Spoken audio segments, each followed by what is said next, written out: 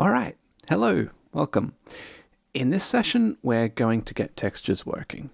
Now, just be advised, this is going to be pretty long, so settle in, make yourself coffee or something, and I'll try to organize this so it flows neatly from one stage to another.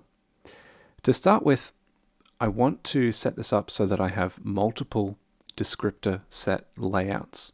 In the previous video, in the series, I ran through a top-down overview of how I'm going to do this, but it'll make a little more sense if I actually write the shader code, so let's start with that. We'll just go to the Vertex Shader, and as you can see, we have some attributes. I'm just going to add another attribute. This will be at location 0, so 2 I mean, and it will be the vertex texture coordinate. As well as that, I want to output the fragment texture coordinate, so we'll put that at layout 1. Okay, so far so good. Now in terms of the uniform, we have binding 0 and binding 1, and I haven't specified which set this is bound to, so by default this would be set 0, but I want to be a little more explicit because I will have another set as well in the fragment shader. So there we have it. We're saying that these two, the camera data and the object data, are both in set 0. Nothing else needs to change. What I'll do is I'll just add this extra line, fragment texture coordinate is equal to the vertex texture coordinate. So just passing it through, there we have it. Okay, so now I'll just open up the fragment shader, and on the fragment shader, I need to take in the fragment texture coordinate as another attribute. So that's coming in. Okay, but this is fine. As well as this, I'm going to have a uniform, and this will be in descriptor set number 1.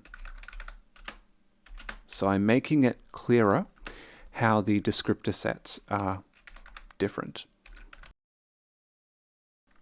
All right, so this is of type texture, 2D texture. What I'll do is I'll take the color and I'll blend that by sampling the texture based on the fragment texture coordinate. So if I had everything else setting up correctly, I would be seeing on the screen a texture blended with a color. Okay, so I can go ahead and just compile those shaders. So I'll just pop in here, get rid of the old ones, compile the new ones. Okay, excellent. So I can close that down. And now I'll go to the engine. And the issue here is that in the descriptor sets, let's pop back. Yeah, in the descriptor set layout, see here I've got this just descriptor set layout. Instead of that, I'm going to create 2 different layouts. So I'm going to call this my frame descriptor set layout. Okay, fair enough. And then I'll recreate all of this. And this will be my, I'll call it material descriptor set layout. Okay, so frame descriptor set layout should be fine now. For the material, what I'll do is I'll just, well, I can't append, because if I append, that will be adding on to the end of the list, and I want to set data at the beginning of the list so that my function reads it. Does that make sense? So this bindings field has been set up with a bunch of data. And what I'm doing here is I'm putting in one of them. But if I append this to the end of these existing lists, then when this function is called to create the descriptor set layout, it will actually just be reading the first thing which is already there. So I want to actually overwrite the data which is there. Anyway, so descriptor type, this will be a combined image sampler. It's an image view and a sampler together. There will be one of them. And that will be used in the fragment shader. Okay, so that's fine. We've created two descriptor sets, but then these descriptor sets are used in the pipeline creation. So if I go down here, see here I have descriptor set layout. I'm going to change that name to layouts, and I'll change that in a second. But here's what I want to do. I want to take the frame descriptor set layout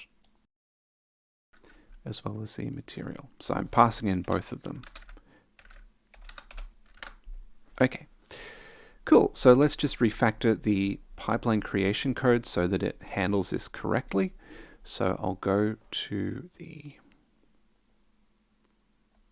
pipeline and I'll just rename these.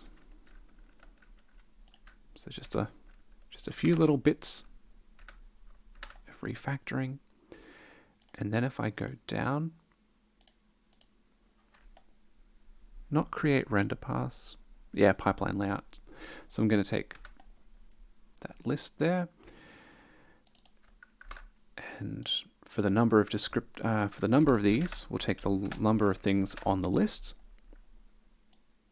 And then for the things, well, that's already a list, so we'll just pop that on. So what I'm doing here is instead of taking a single instance, I'm taking a list of things, get the length of things on the list, pass on the list, and there that should be set up. So I'll just close that. Now if I go to this create graphics pipeline, right down at the layout, here we go. Okay. I'll just change that, give it a second, and check that it is recognizing it. Yep, good. Okay, awesome. Okay, so we're taking that in, but originally this was just called descriptor set layout.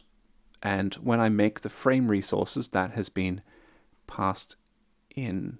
So I'll just change this to the frame descriptor set layout. A lot of fun, a lot of fun. Give that a second, make sure that's recognizing it. Okay, excellent. And then right down the bottom, where I clean up the swap chain, right down the, there we are. Okay. Oh, that's fine actually. What am I thinking? What am I thinking? It's the descriptor pool which has been destroyed. Oh.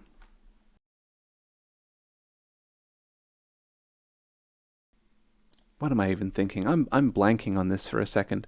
So the descriptor set layout would be in the close function, because it doesn't matter how many times I recreate the swap chain, they'll all be conforming to the same layout.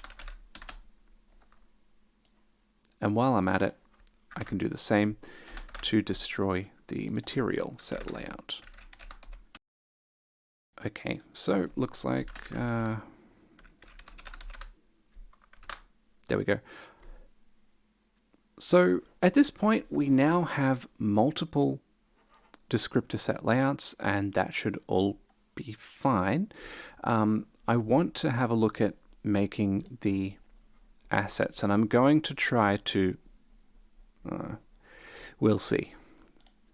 I'll try to spiral from the outside in, but we are going to, later on we'll get stuck into the weeds a little bit. So what I want to do is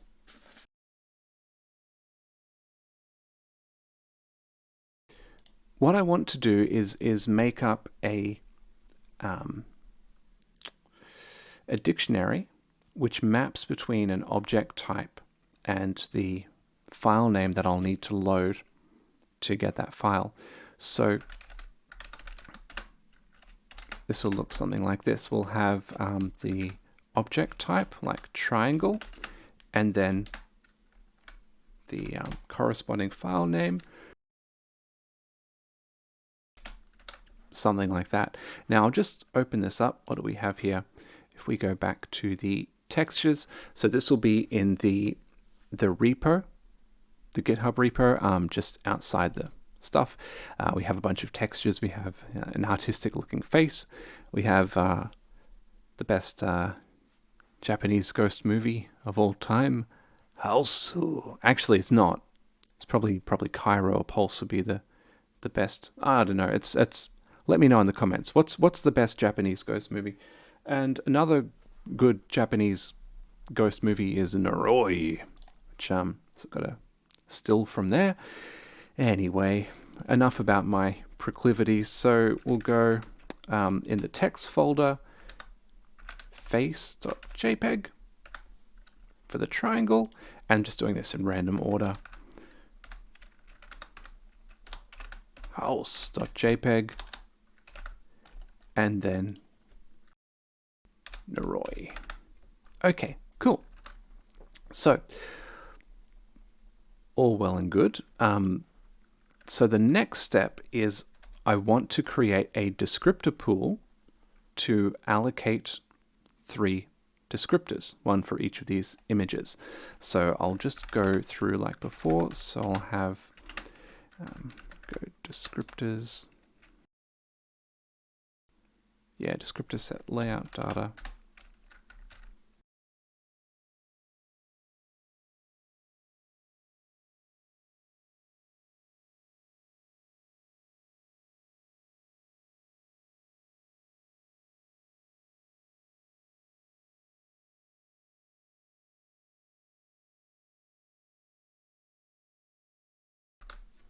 Okay, cool. So I'm just creating the descriptor pool. So I'll go self material.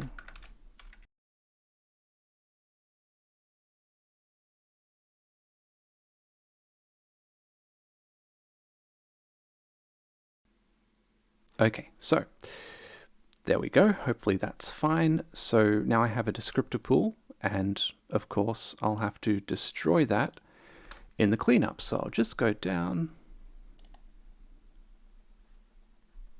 where I've destroyed the other one. Oh, that's a command pool. In the swap chain, I guess.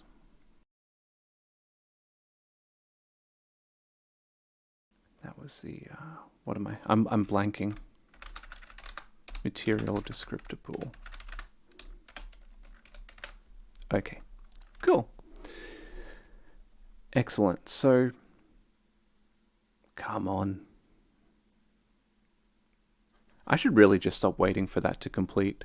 All right, so fine. We've got a descriptor pool. We're destroying it properly. We're creating it properly.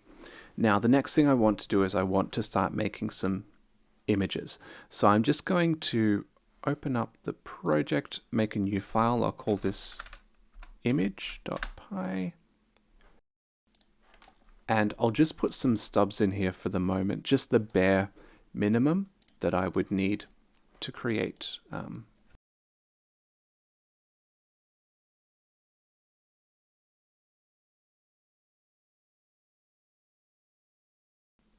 Okay, so I'm going to make a class which just wraps up all the fields that I need to create an image. And I'll flesh this out a little bit later. But for now, I'll just save the logical device.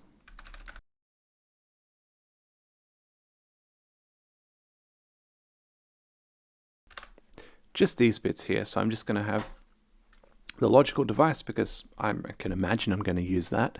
The descriptor set layout because I just created one, and the descriptor pool because I just created one, and the file name because that feels pretty important for making a texture. So then I'll have the yeah, the texture class.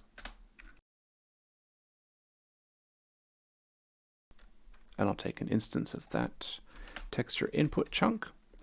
And for now, I'll do pretty much nothing. I'll just save the whatever I can. So I'll go save the logical device.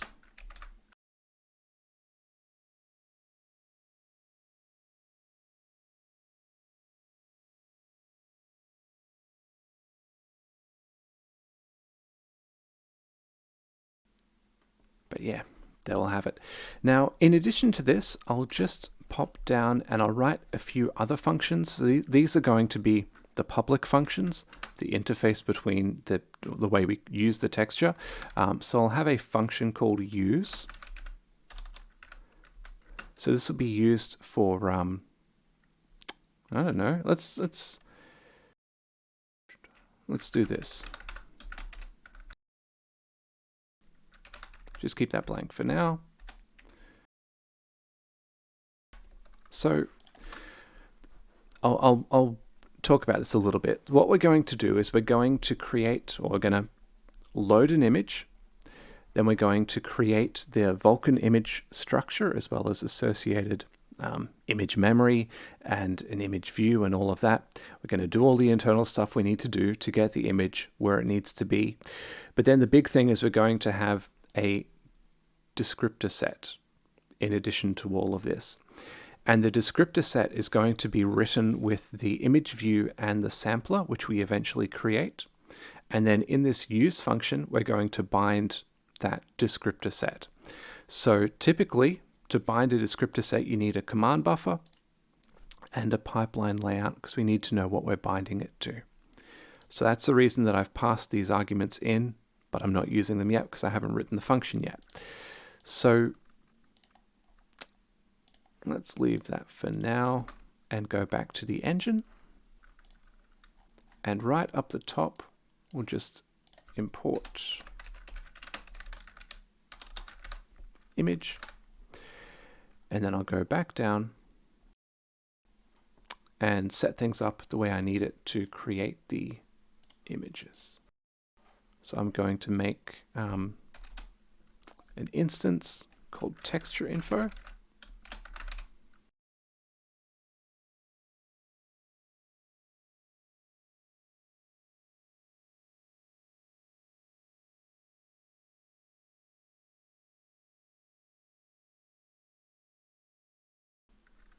Okay, so at this point, what I'm going to need to do is loop through the file names and create the create the textures. But before I do that, I'm going to need to store them somewhere. I'm going to make a dictionary which associates to each of these values an instance of the texture. So this will be called self materials. It will be a dictionary which maps between an integer and a texture class. Start it off blank, and then what we'll do is we'll loop through. So we'll say for object type and file name,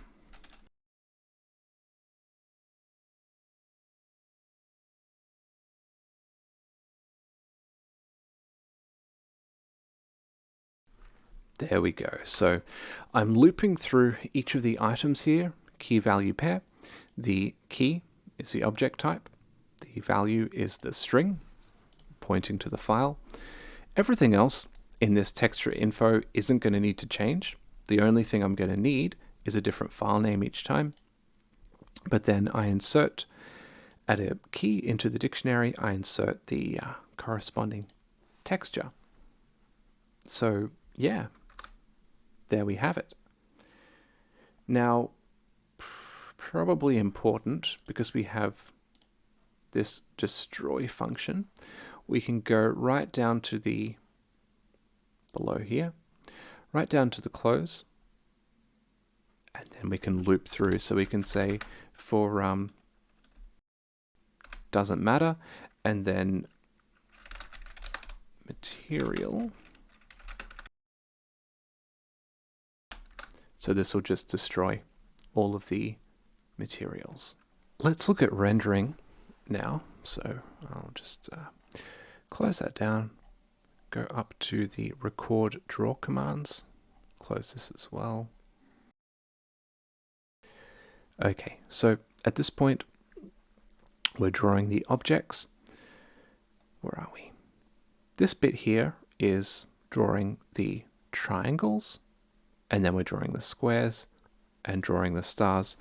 But as you can see, a lot of this is reusing the same code. So let's grab actually all of this and put it into a new function called render objects.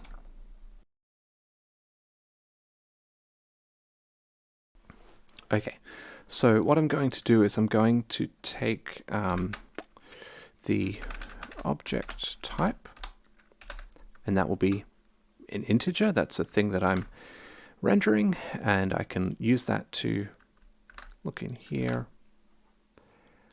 First instance will be taken as a parameter. And then because, well, I mean, I could come up with a better system. But what I'm going to do is I'm going to take instance count as a parameter as well. Okay, so we've got the command buffer that we're drawing. And then, yep, instance count, first instance. And now what I'm going to do is I'm going to say, okay, this function will return an integer because I want to increment this first instance after I draw things. So I'll return the new first instance, which will be the first instance that we had, plus the number of instances that we drew. Okay, so fair enough. What I'm also going to do is before I draw, I'm going to use the material. So I'll go object type, and I'll use that, and I'll just put in the command buffer. Right, so again, what we're doing is we bind the appropriate material. That's what this function is doing under the hood. And then we do an instance draw. And yeah, okay. So I'll just pop back and I'll simplify this code up here so you won't need this stuff. We'll need a starting value for first instance. We'll need, yeah, that's fine. And then I'll go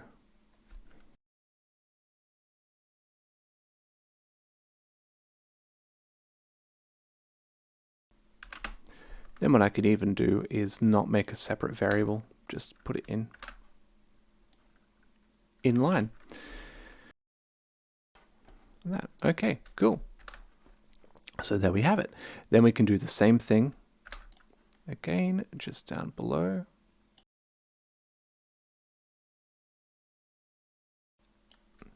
And then once more. Okay, so I think that's fine. Now I'm going to look at actually implementing the use function on the image. So I'll just pop up the top, and this is essentially what I want to do. I'll just grab this code and I'll be using this. So in the use function, we will bind, yep, to the command buffer. Graphics pipeline, that's fine. We'll use the pipeline layout, which was passed in as an argument. The first set will be set number 1. One descriptor, yes. Okay, so what I'll do is I'll just say self descriptor set, and we'll make that later on. But yeah, there we have it. So that is the use function. So that was a little overview of the public functions, and I'll be filling these in later on, especially the destroy function. But I want to give an overview of the private functions that we'll be using. So I'll just go through the steps that we're going to take. The first thing we're going to do is load the image data from the stored file name, but not do anything with it, just load it in and have it in a binary data format. Then we'll go ahead and create an image and image memory, and then we will populate that image and image memory with the binary data that we just loaded before. After that is done, make an image view, and then after that's done, we'll make a sampler, and then we'll make a descriptor set. And this descriptor set, it's fine to just write it once and then leave it. So that is an overview of the functions that we'll be implementing with this class. We'll also have a bunch of other general image functions. We'll get to that as they come. So for the next few sections of this video, we're going to be working sort of top down through these functions. Okay, so to start here, the first stage you want to do is load the image. So in order to do this, I'll load pill. We have from pill import image, but see, we have a bit of a problem. Our module is called image. Pill is called, the pill submodule is called image. And yeah, it's a different casing, but that's still a little ambiguous. So I'll just give this an alias. I'll call this pill image, I guess. But we're still going to have a problem. So if I run this, just go to the main. And typically this isn't, like I typically wouldn't run a program this early, but it is important to see. So if I just run this now, it says we've got a problem. If we go logger equals logging get logger. Now that's very similar to what we've already got because we have a module called logging. And this is just one of those problems that we get when we have lots of modules. So it turns out if we go to pill image, I think it's down in line 79. No, yeah, here we are. Logger equals logging get logger. So what it's doing is pill has a module called logging, but our project has a module called logging. So unfortunately, we're going to have to rename this. So if I'll just go to logging, whoops, and rename that to, I guess, Vulkan logging. Now, just bear with me, this will take a second, but I'm going to have to go through and rename all the references in these files.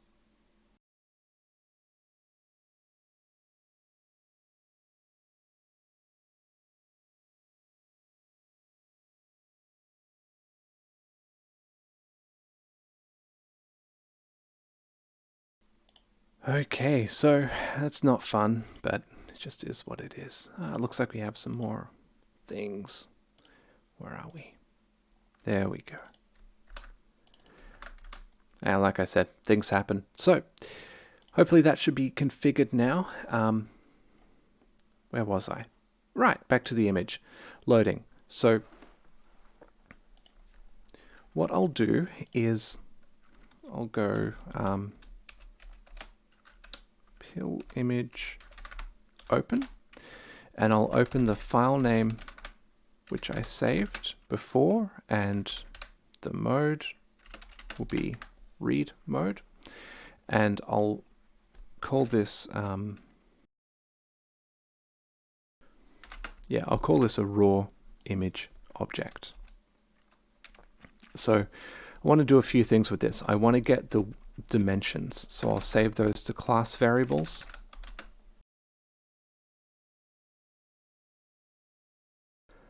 And then I want to convert this. So of course images have all sorts of formats. Red, green, blue, alpha is full, but it could just be red if it's black and white. It could be red, green, blue. That's a lot of fun, trying to guess which images have alpha channels and then add the alpha channels if they're not there, there is a better way. So what we'll do is I'll save this back into the raw image object, and I'll take the original raw image object and convert it, and I'll convert it into red, green, blue, alpha. So no matter what, I know that every pixel now is 32 bits. Okay, so now I want to save this. So I'll save this under raw image data. And what I'll do is I'll cast to bytes, and I'll go raw image object to bytes. I know it's a little weird that I'm calling 2 bytes and then wrapping that up in bytes again. It just comes down to a compatibility issue. This is just, yeah. Okay, truth be told, this is just code that I wrote a while ago and I'm copying it out again, but I'm pretty sure that when I wrote it the first time, there was a good reason to do it this way. And all other code, this is one of those things, you do it once and forget about it. I don't want to spend my time thinking about this. I'd rather be doing C++, honestly.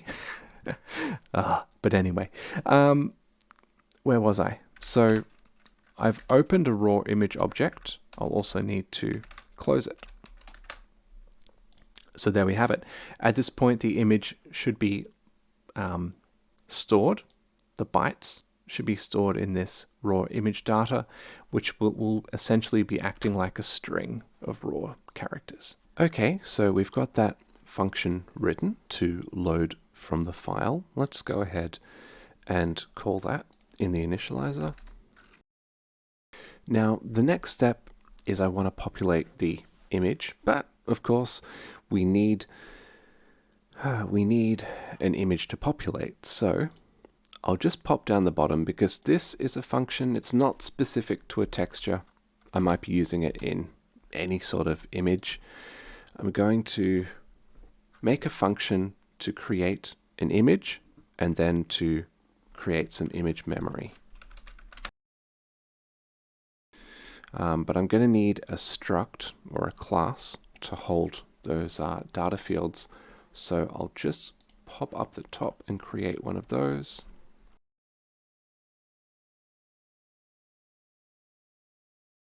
So everything I'm going to need to create an image and memory. Well, I'll need to know the dimensions of the image. And I'll need a logical device to create the image. And then in order to query memory types and everything, I'll need a physical device. This same class is going to be reused for both functions. And then I'll need to know which tiling mode I want to use, what usage for the image, and then to create the memory, I'm going to need to know what memory properties I'm requesting.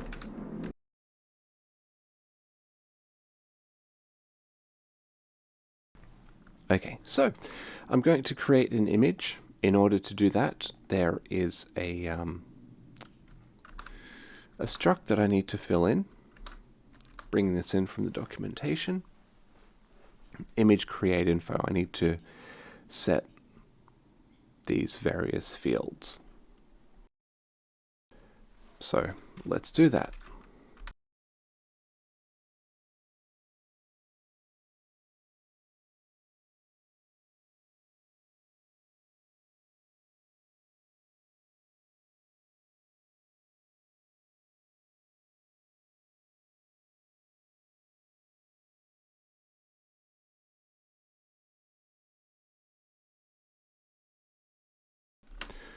Okay, so although I'm making a two-dimensional image, I do specify the extent of the image in 3D. I just give it a depth of 1. Fair enough. And then for the format here, I want this to be 32 bits with 1 byte for each channel. And this unorm is unsigned normalized. And the difference there is this format makes the colors behave predictably.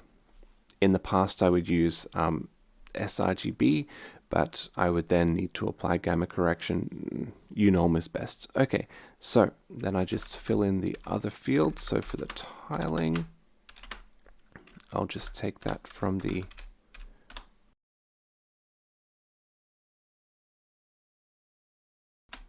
okay, so it turns out layouts are actually a big deal. I'm going to, well, or when we create an image, it has to become, it has to start out in undefined layout because nothing's been set yet. But then later on when I transfer things over, I'm going to need to transition that layout a number of times. I'll get into that later. But for now, we'll just say when we create it, its layout is undefined.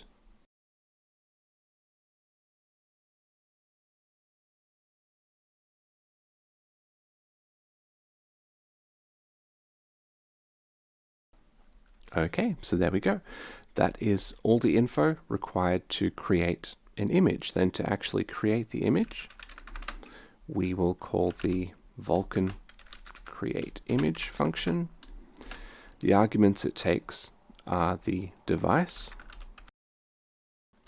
the specification to the image info, and the allocator, which will just use the default memory allocator. Alrighty, no worries. So let's go back to the constructor and create the image. So it's a little dodgy that I'm putting a call out to a function and then I'm putting raw code in here rather than another function call. That's not best practice. I'll probably refactor that later, but things don't have to be best practice the first time they're done.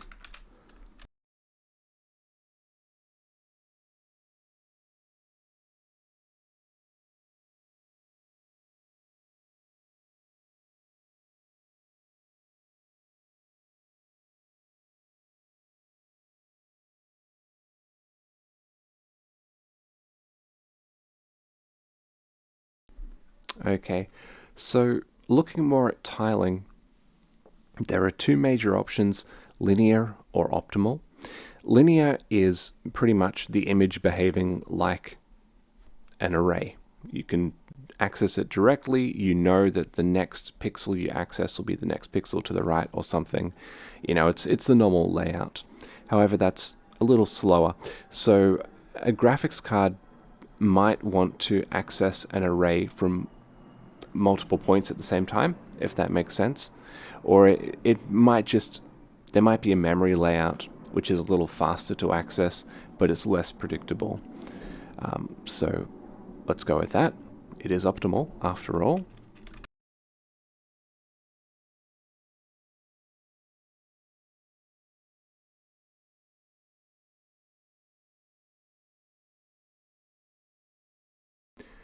Okay, so there we have our image.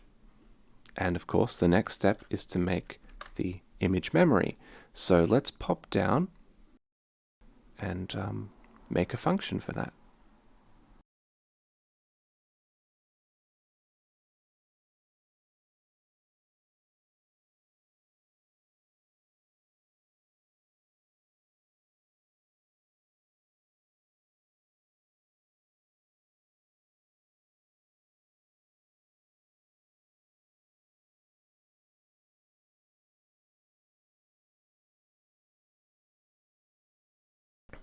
Okay, so to allocate, we'll need the size and the memory type. Now, to get the memory type, there is a function that we already defined in the memory module. So we can just go ahead and import that. And then we can use it. So we'll go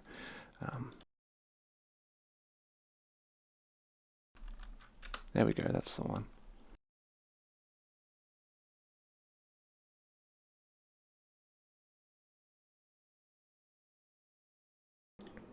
Just give that a second.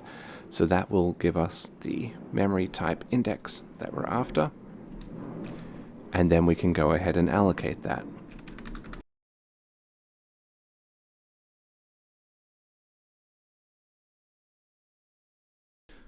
So we could simply allocate and return it, but why not, since we have everything set up here, why not bind the image and the memory right now so that the image knows what its backing resource is?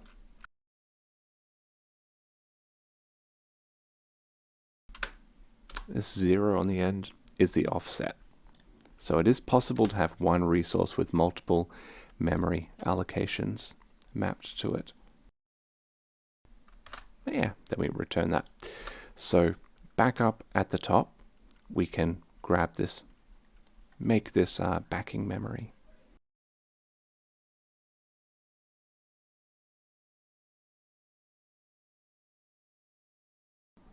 Okay, so of course we will need to clean this up, so we can go down to the destroy function and get rid of that.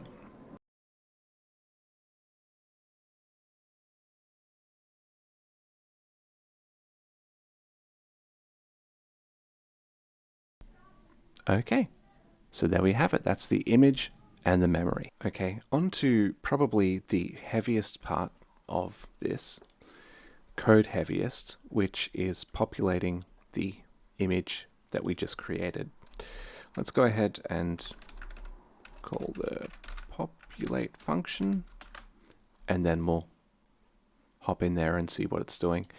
So what I want to do is first of all create a buffer that I can write to, then write my image data to the buffer, and then we'll do some other things. We'll get the image ready to transfer, then we'll transfer over to the image, then we'll get that image ready to display on the screen. So anyway, first things first, we'll create the buffer.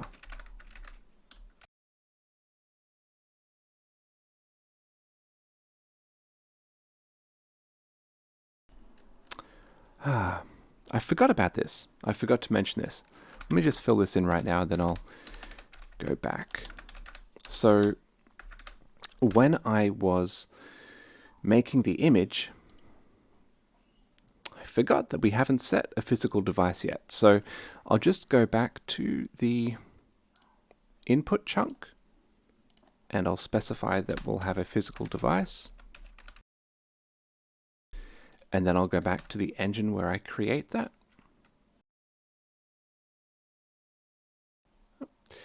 And I'll set the physical device.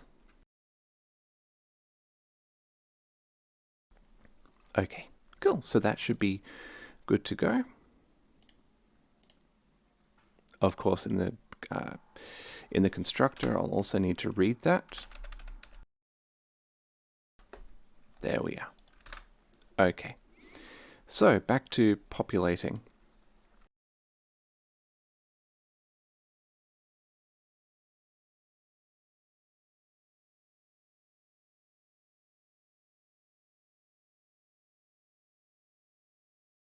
Okay, so I guess the other fields here we've gone through before, but this is a new one.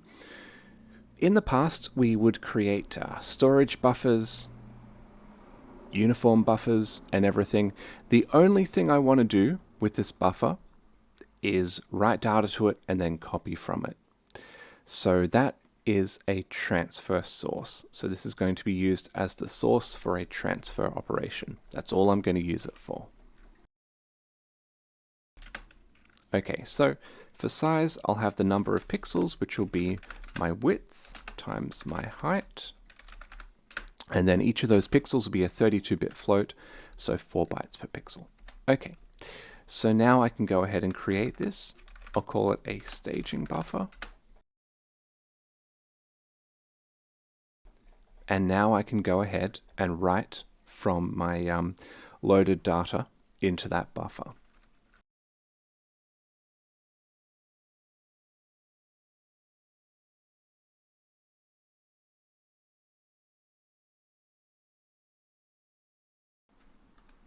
Okay, so this gives me a location I can write to, and then I can use the FFI mem.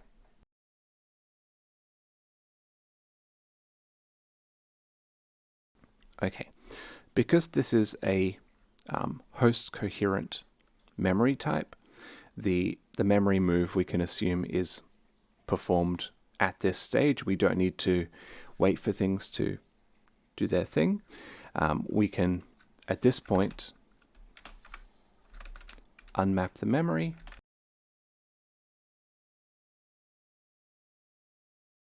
And then we can destroy that image data that we loaded in. So we can do that by setting the raw image data to none, and Python's garbage collector will then clean that up. So what I now want to do is, remember when I initially created the image, it had an undefined layout. And now what I want to do is get it into a layout where I can copy the data to that image, which is a transfer destination optimal. Anyway, so what I'm going to do is I'm going to set up a function which will transition the layout of an image. And to start with, I'm going to, again, specify some parameters which will be used for that. So I'll make a class which I call image layout transition job.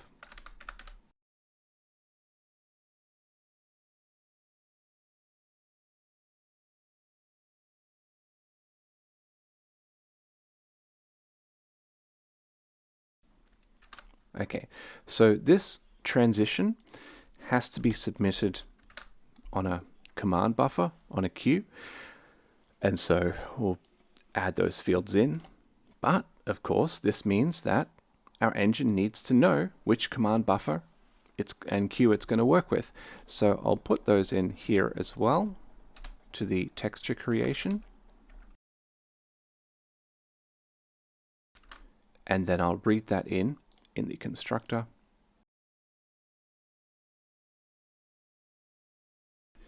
And of course, back in the engine, I'll pass that data through as well. So I'll use the main command buffer. We had a command buffer for every frame, and then we had just a single one in the program, so to speak, which will be used for one-off jobs like this. Come on, recognize it. Oh, I guess.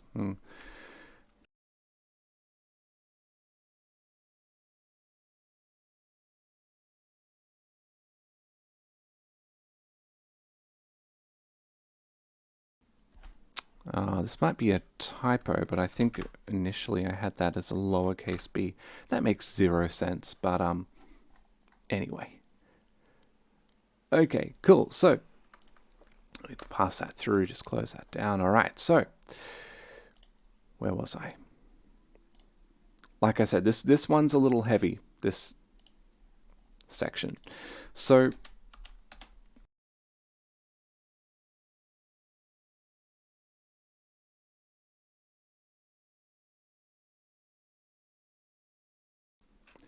all right, so what I want to do is I want to sort of start the command buffer, record a bunch of commands, and then end the command buffer and submit it. And it turns out that I'm already doing that. If I go over to memory, down here where I copy from one to the other, here we go, copy buffer, I'm starting to reuse the same code. So I'm going to grab this code, copy that, and put it in its own module. So I'll make a new module. I'm going to call it single time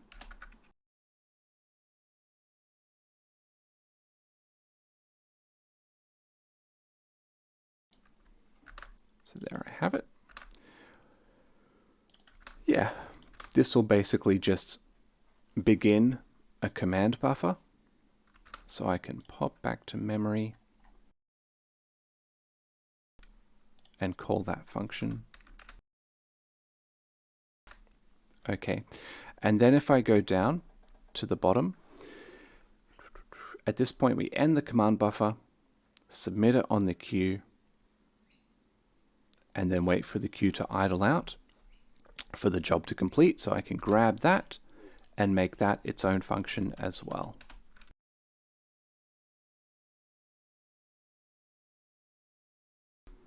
There we go. Okay, so then I can head back and I can call this function as well.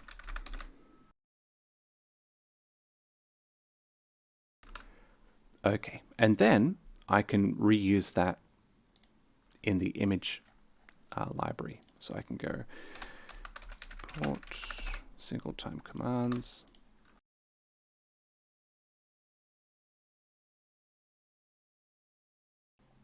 Okay, so this will be a fairly big function, but a lot of it will just be boilerplate code.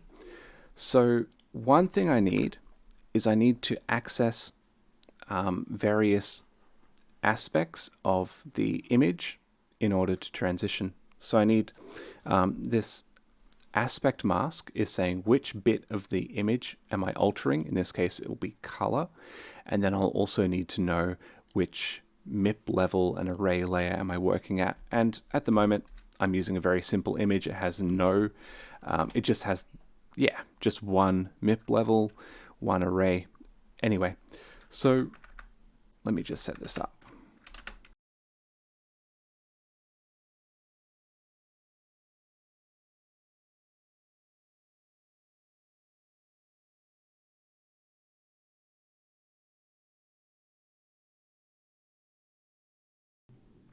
Okay, the next thing I need to work out is, well, okay, I'll get onto this. So a transition is performed by a barrier, and a barrier is, well, sitting between two stages with two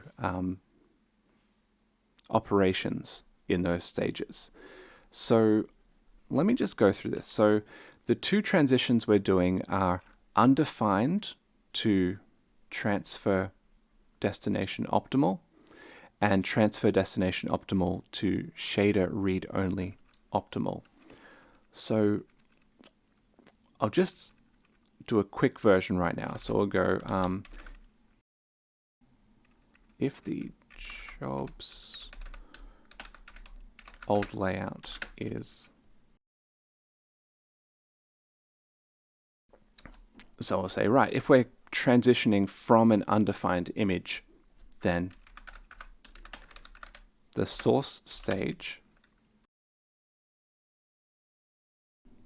is top of pipe, which is a virtual stage which just represents basically before the pipeline begins. It doesn't really matter. And we don't have any special bit that we're waiting on. And then the destination stage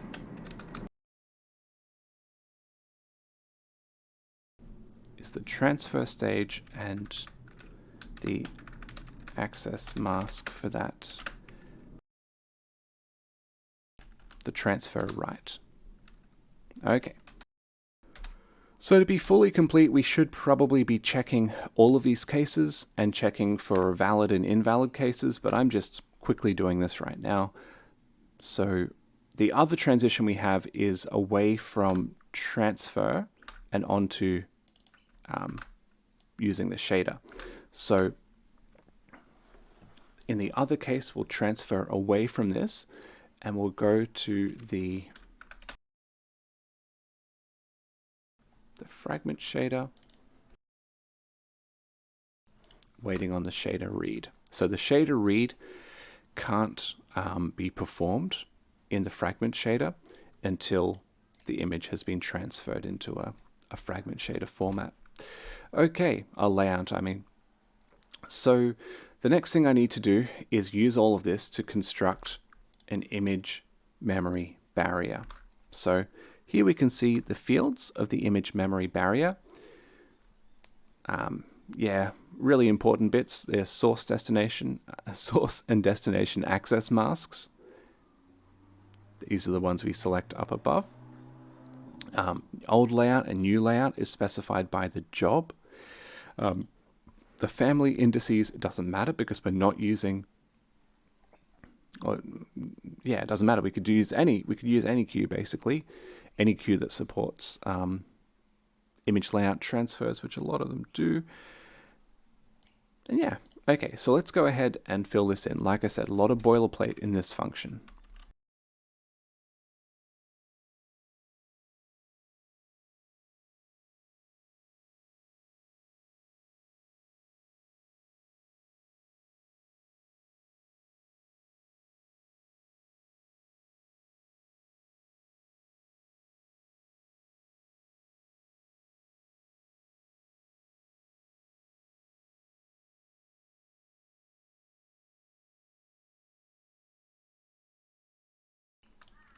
I can't believe I said that. I'm cringing.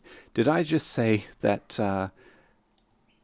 the queue family index is the queue, like the queue on which it's submitted? That's incorrect. What I meant to say is that this resource is not currently associated with a queue family, and that's why I'm putting in this queue family ignored for both source and destination. It's not changing queue families, it's not on a queue family. The job is submitted on a queue, but that's a different thing. So with that being done, we can then submit that pipeline. Yeah, we can submit that memory barrier.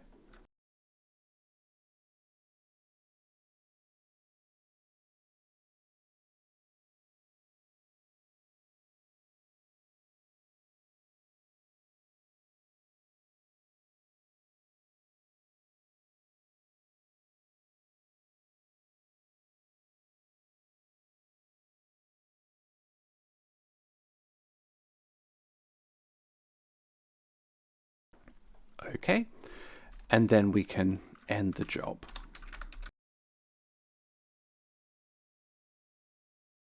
Okay, so let's use this function. We'll just go up the top.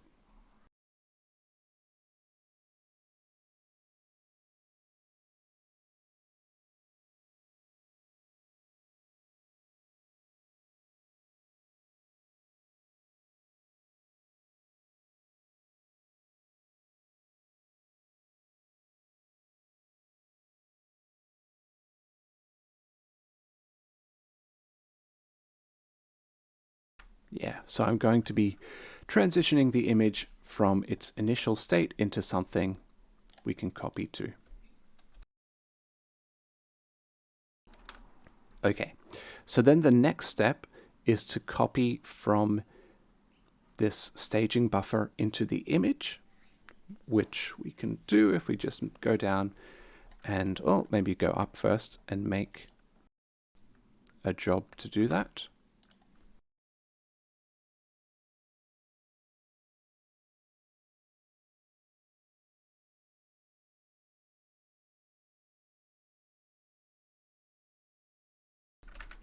So there we have it. We're specifying the buffer we're copying from, the image we're copying to, and the dimensions that we're copying between them. Okay, so then I'll go down and create a function which will achieve that.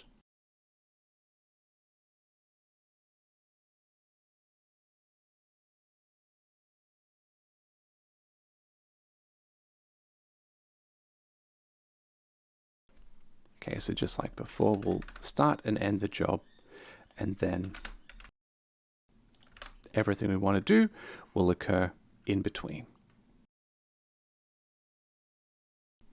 Okay, so just like before, I will specify which bits we're copying.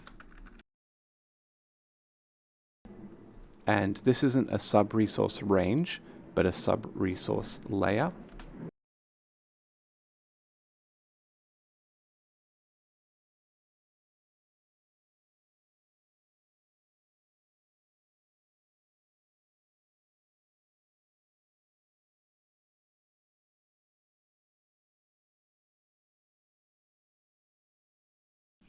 So yeah, we also specify how much we're copying and any offset. We don't have any offset.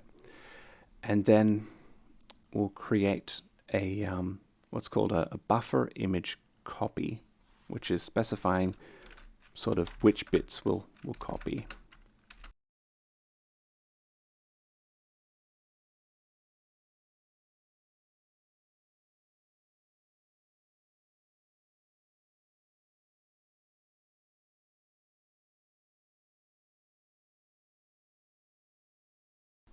Okay, there we have it. So that's just using the info we specified above. By setting 0, obviously we don't have a row length of 0, but this is saying, trust me, bro, I know what I'm doing. And it will use a packed layout, so it'll just pick each number as the next pixel and so on.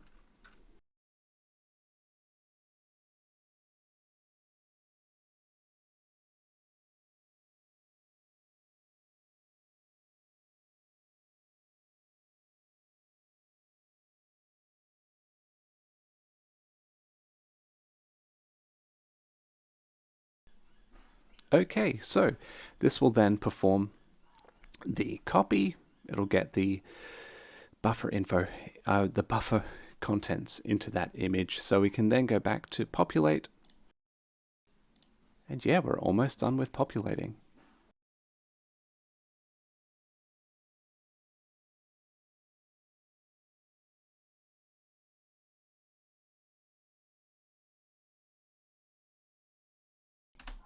Super important to remember that staging buffer actually is a class which wraps a bunch of these things. So for source buffer, we actually need the buffer field of that.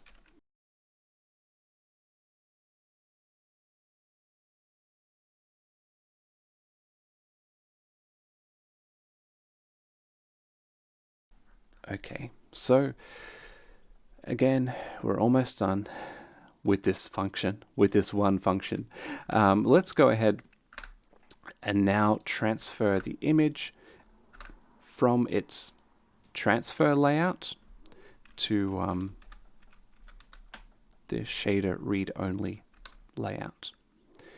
That being done, we can then destroy the staging buffer.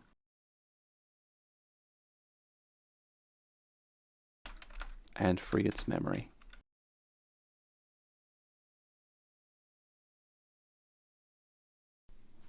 Okay. Excellent. So we are finally done with the populate function. We should now have the loaded file completely there in our Vulkan image. In order to create a, what am I thinking? In order to create a descriptor, we need two things. We need a view and a sampler. So I'll just pop down to the bottom and I'll make a function to make an image view. So it turns out we already have code which makes an image view. So let's grab that code. We'll just go to the swap chain, and then in here where I create the swap chain, in here this stuff will be making the image view. So I'll just grab all of that. Okay, so we have the just indent this. Okay, so we have the components that we're accessing, the the bit of the image that we're viewing. We'll need this. All right, so we'll need an image, and I don't need that or that, but we will need a logical device. And then finally, we'll need a format. So I'll just simplify this, make this an argument. There we go. Okay, so again, we set the components, the access, create that. Yeah, we don't need this. Let's just return the created image view. Okay, so we can go back to the swap chain and we can import that module and then go down to that loop that we were looking at before. Okay, so we're going to have a bit of an issue. So the module itself is called image, but I'm using image as the temporary variable, looping through that list. Let's just rename that, and we can see, give it a second. Yeah, everywhere down here it now refers to the module. So what we would have to do is something like that. But anyway, let's get rid of all of this code. And I'll pop down here, so I'll go image, make.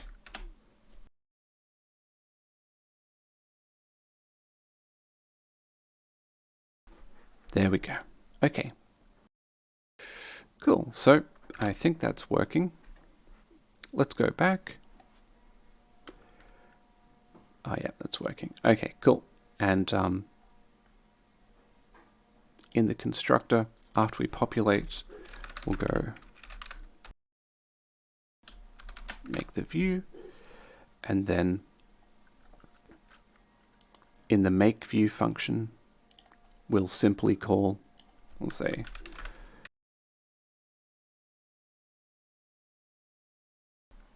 and then for the format, we'll go Vulkan.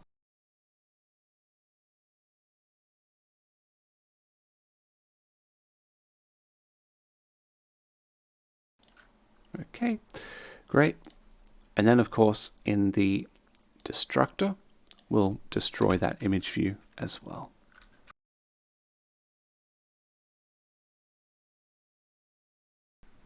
And there we have it.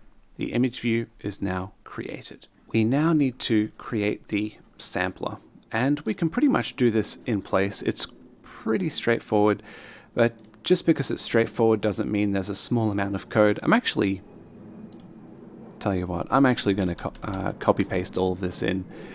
There's quite a bit. So these are all the fields which we set when we create a sampler. As you can see, all of these. I like to use linear filtering to blow images up, but then for blowing them down, I just use nearest filtering. But yeah, address mode is basically what do we do when we go outside the bounds of the texture coordinate, in this case repeat over to the next virtual texture, so to speak. Anisotropic filtering I won't enable here. Set the border color to black. Yeah, okay, fair enough. So then we just create the sampler, and then we'll go back to the destructor as always and destroy it.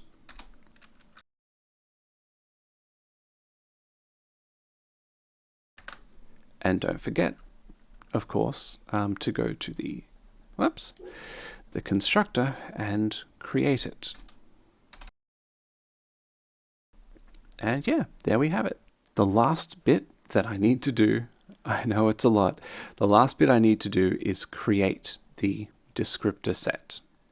So let me just call this right now.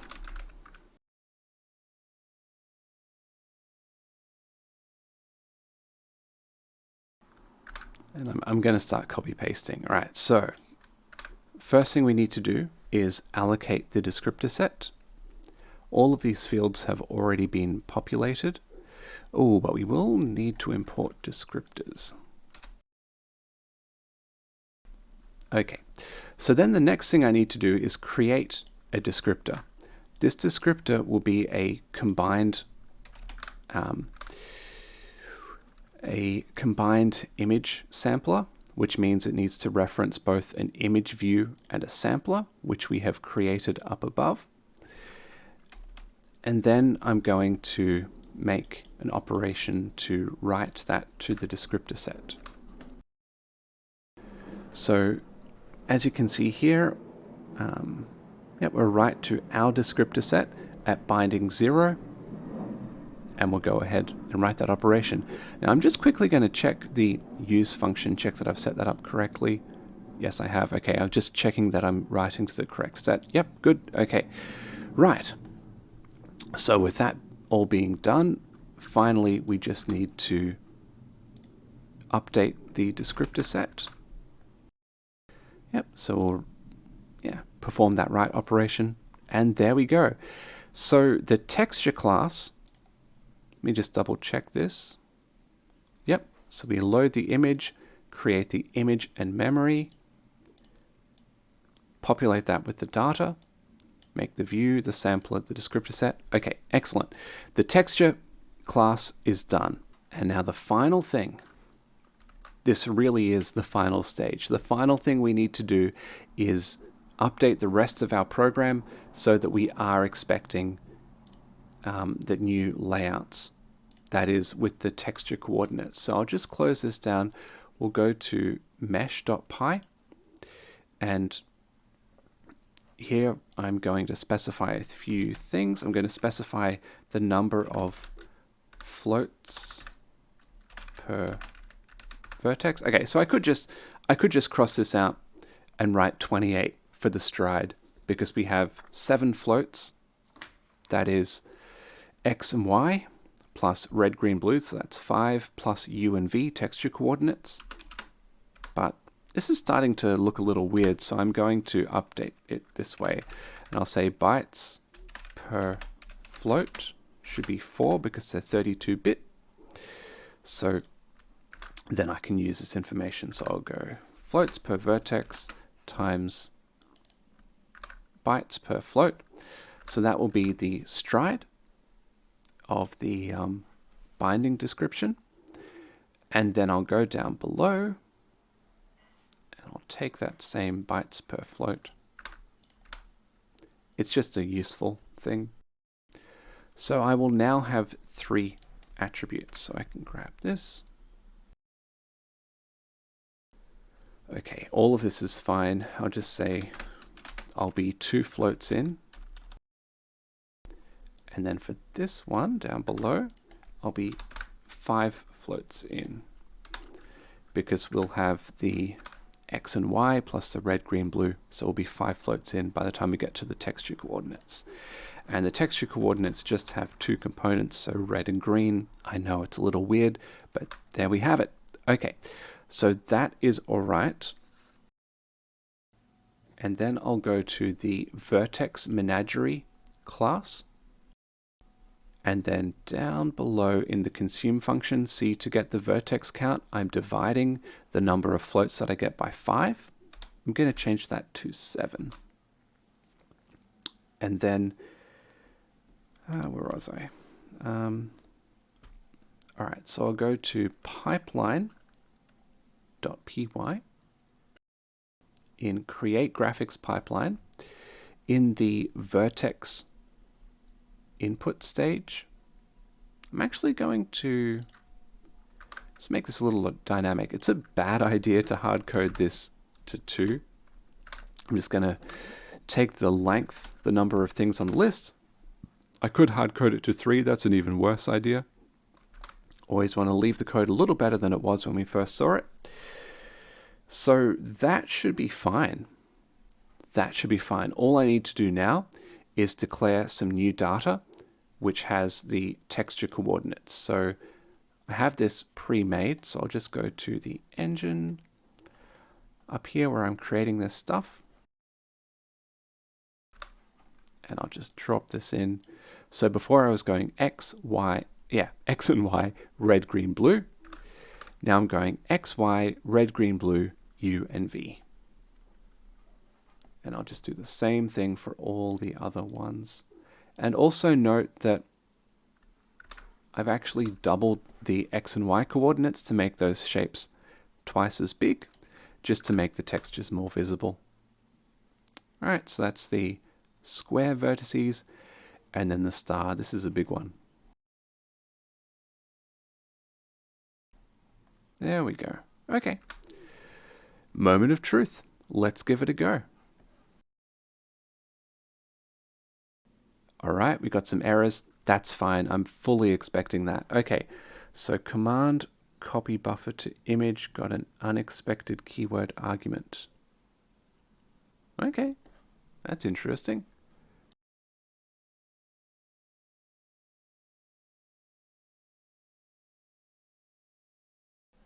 Oh, what have I done here? Why did I write count?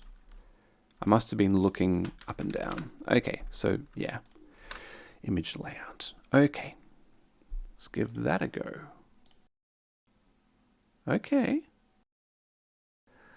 Okay, well, that's not right. Have I remembered to use it? Let's see. Oh, I think I forgot to change this. Okay, so go back to mesh, and I want to change the location here to 2. Texture coordinates are coming in at location 2. That makes sense. All right, let's give this a go. There we go. Nice. Okay, we've got these images. It's nice. What I'll do is I'm just going to go to the scene, and I'll change these coordinates. I'll divide them by 2. So the separation is now 0.3, not 0.6. That'll bring those closer together. There we go. And now these images are a little hard to make out because the blending on them is so extreme. So what I can do just to demonstrate this is go back to the engine. And in here, the red, green, blue components, if I just, oh, that's a big one. If I'll just do the, no, I changed my mind. I'll do this one. If I give them a component in the red, green, and blue, then that will make the blending a little less extreme. Some of those other colors will come through. Let me just do that one. Okay. This video is already long enough.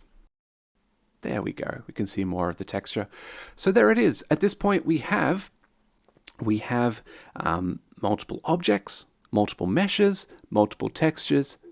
There are a few steps forward. Indexed drawing will set it up so that we don't use as much memory.